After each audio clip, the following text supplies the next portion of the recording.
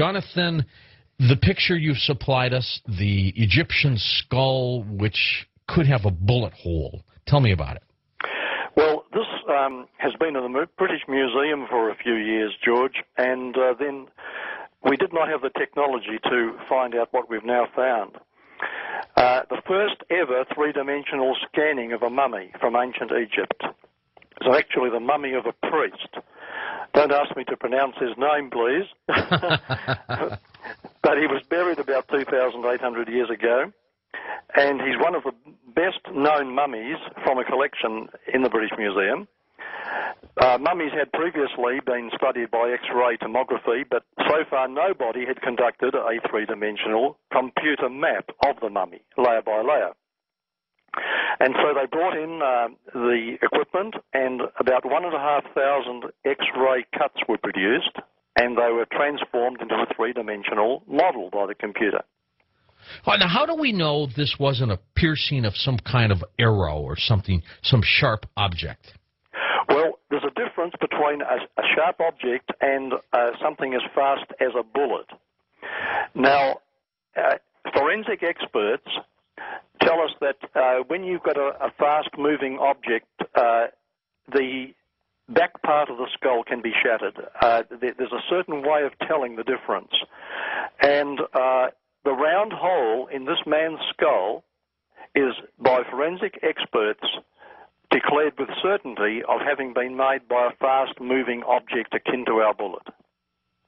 It's up there on the coast-to-coastam.com website. Go take a look at that. And again, how old do we think this skull might be?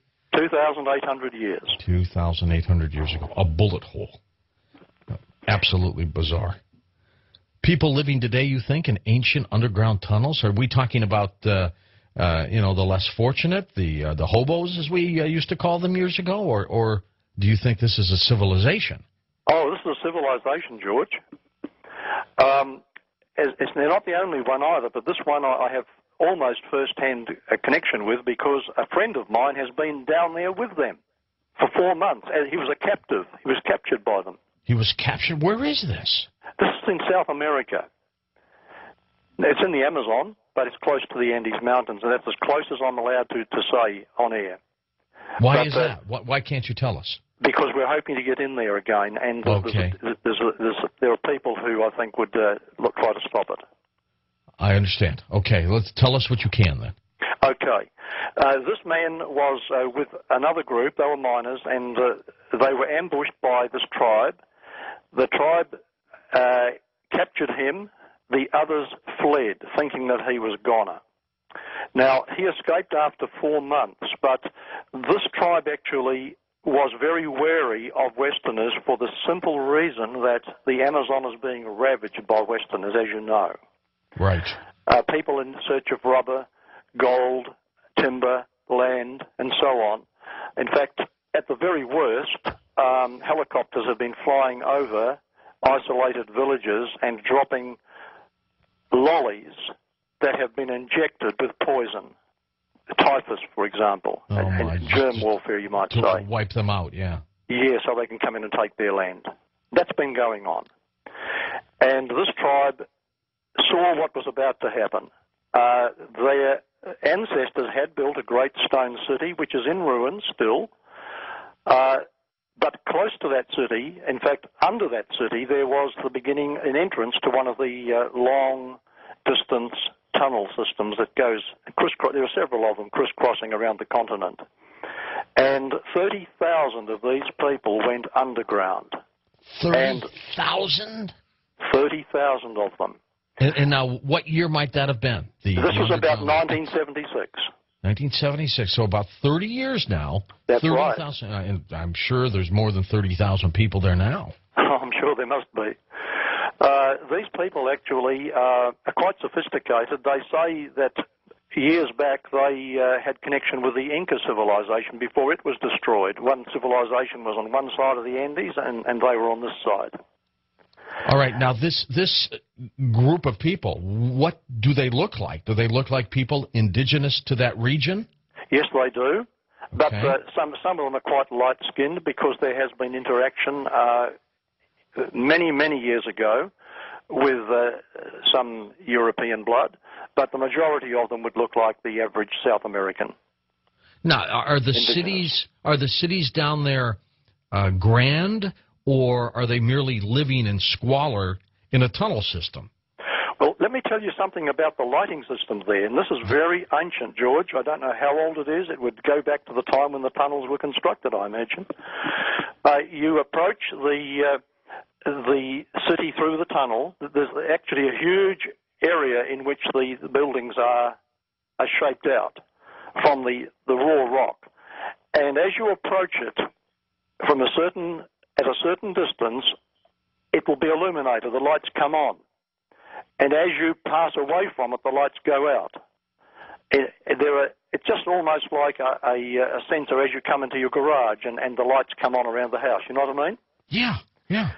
It's very similar to that. I haven't seen it yet, but I'm very hopeful of getting back in there when my friend and two other men that he is wanting to come in with him can get in. I said to my wife that I'm not going without her, and she says, well, you're not going without me either. If I can't go, you're not going. Whatever happens to one of us has to happen to both of us. But she would go. Does she go on some of these expeditions, Jonathan? She's been on some of my expeditions, yes. Not always the hairy ones, but she's good company. Okay, so now inside the tunnel, can you kind of explain to us what your associate told you it looked like? Inside the tunnel, it's quite sophisticated. There's good ventilation. There's a good water system. The food is not grown down in the cities, although I have heard that there is in some tunnels, and this is not my friend's report, but the report of other explorers, that there is a green glowing light or radiation that does help plants to grow underground. And our science does not know that yet because we have not investigated that story, but it's a consistent one that comes from 3 continents. Now, the people here have plantations above ground, but they live underground.